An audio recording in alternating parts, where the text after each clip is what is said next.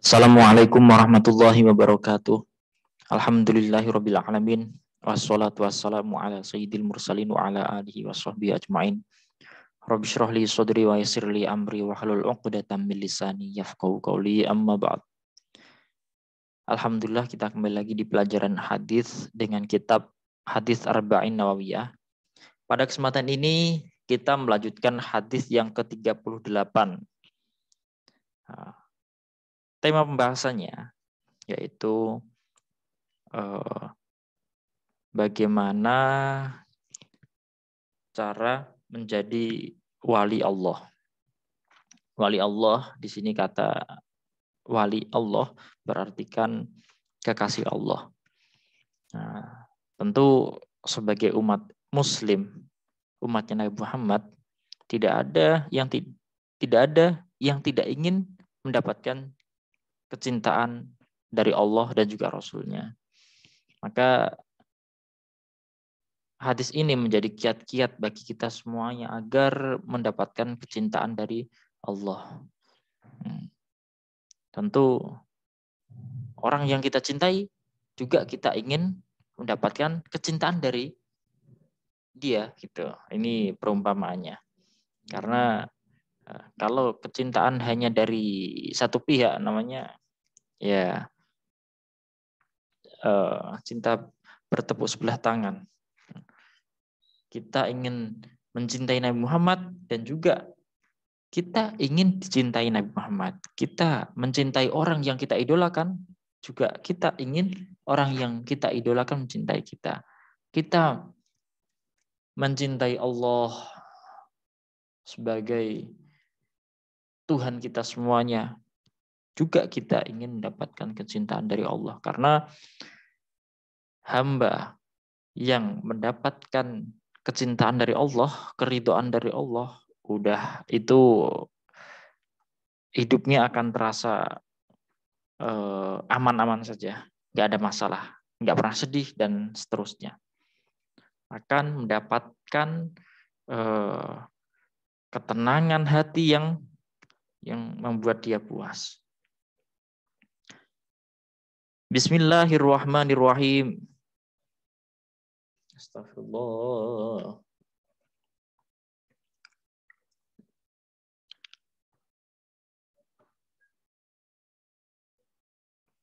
Ya, an Abi Hurairah radhiyallahu anhu qala Rasulullah sallallahu alaihi wasallam,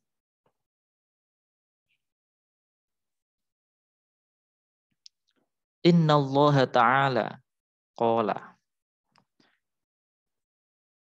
Hadis ini diriwayatkan oleh sahabat Abu Hurairah radhiyallahu anhu, semoga Allah meridhoinya.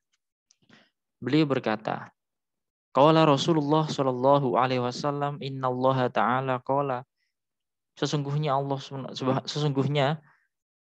Nabi Muhammad sallallahu alaihi wasallam bersabda bahwa Allah berfirman.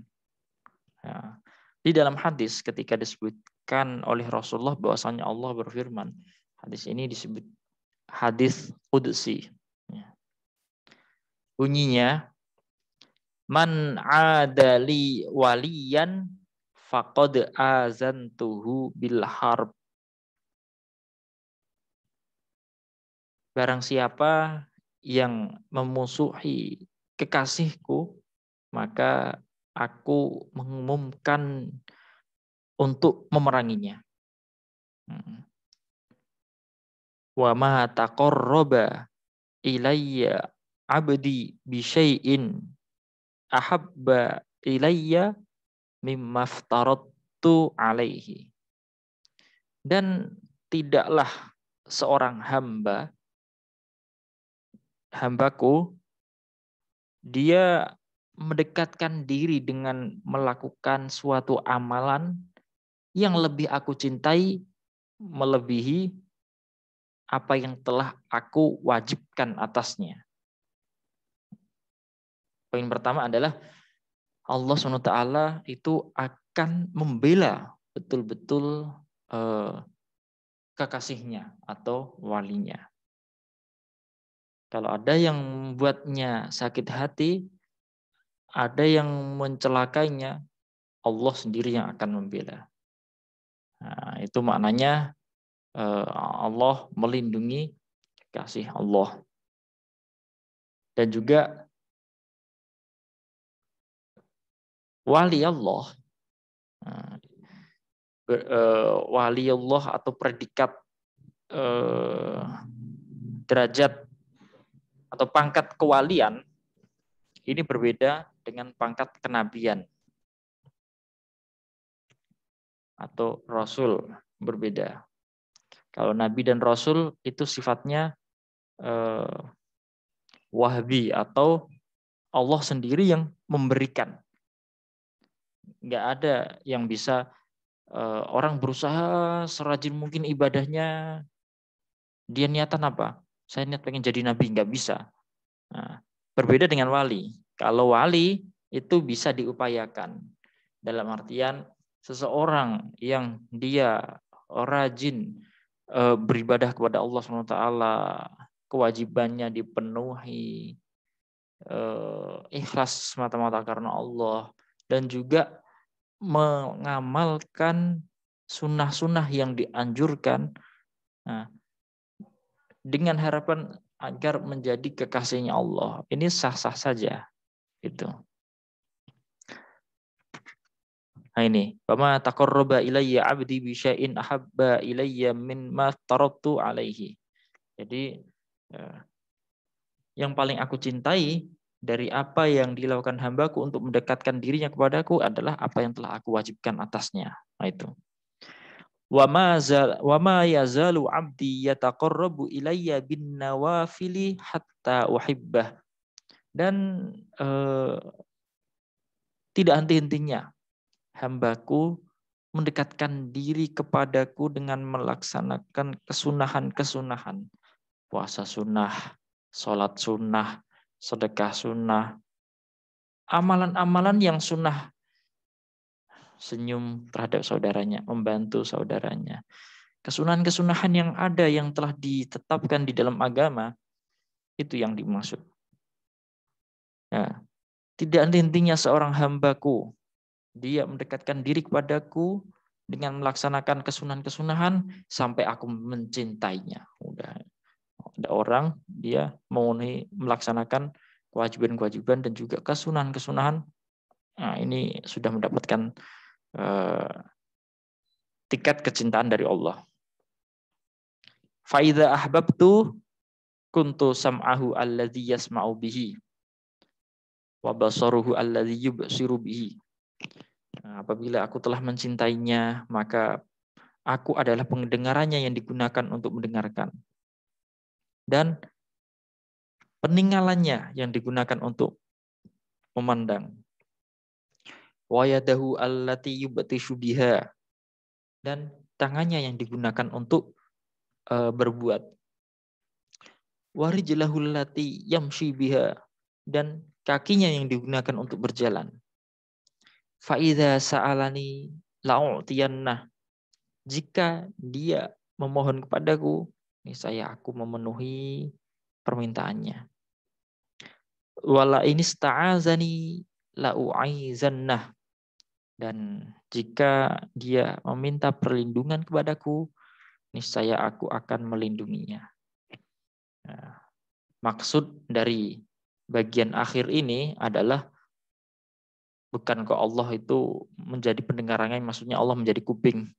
Bukan kok maksud dari Allah akan menjadi penglihatannya yang digunakan untuk memandang itu Allah seperti mata. Enggak. Maksudnya adalah ini perumpamaan saja dan menunjukkan bahwasanya kalau seandainya hambaku itu memandang, hambaku itu mendengar, hambaku itu berbuat sesuatu atau berdoa, jika aku menghendaki untuk hal yang akan terjadi, ya niscaya itu akan terjadi. Sekalipun secara nalar itu tidak diterima. Makanya kita sering ada kisah atau cerita seorang wali dia kasyaf, melihat hal-hal gaib, melihat hal-hal yang atau mengetahui hal-hal yang tidak ada di hadapannya. Allah yang beritahu. Mendengarkan sesuatu yang sifatnya tidak tampak. Makanya tidak jarang juga seorang wali ketika berdoa meminta sesuatu langsung terkabulkan karena sudah menjadi kekasih Allah Subhanahu wa taala. Itu. Nah, dari hadis ini catatan yang bisa kita intisarikan kandungannya adalah wali Allah yang berarti kan kekasih Allah. Secara istilah pengertiannya adalah hamba-hamba Allah yang memurnikan ibadahnya semata-mata karena Allah. Ketaatannya, semua perbuatannya itu diarahkan karena Allah Subhanahu wa taala. Dan cara menjadi wali Allah Subhanahu wa taala, kekasihnya, yaitu dengan menunaikan kewajiban dari Allah. Nah, apa yang harus ditaati dilakukan. Menunaikan kewajiban, entah itu berupa hal yang harus dilaksanakan berupa perintah, berarti harus melaksanakan perintah. Atau berupa larangan, berarti harus atau dia berkewajiban meninggalkan larangan. Dan melaksanakan kesunahan-kesunahannya.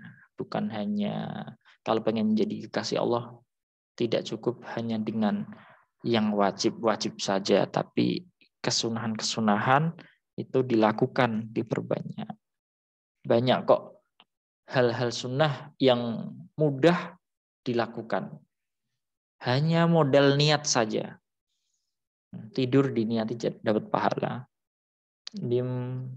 Diniatin untuk tidak maksiat dapat pahala. Berzikir, sholawat, daripada di jalan berjalan bengong, mending digunakan bersolawat. Sallallahu alaihi wasallam, digunakan untuk berzikir. Ini semuanya kesunahan-kesunahan yang bisa menarik kecintaan Allah Subhanahu wa taala. Para wali selalu mendapat pembelaan dari Allah dan doanya mustajab. Terakhir, di antara para wali Allah adalah yang kita kenal dengan Wali Songo.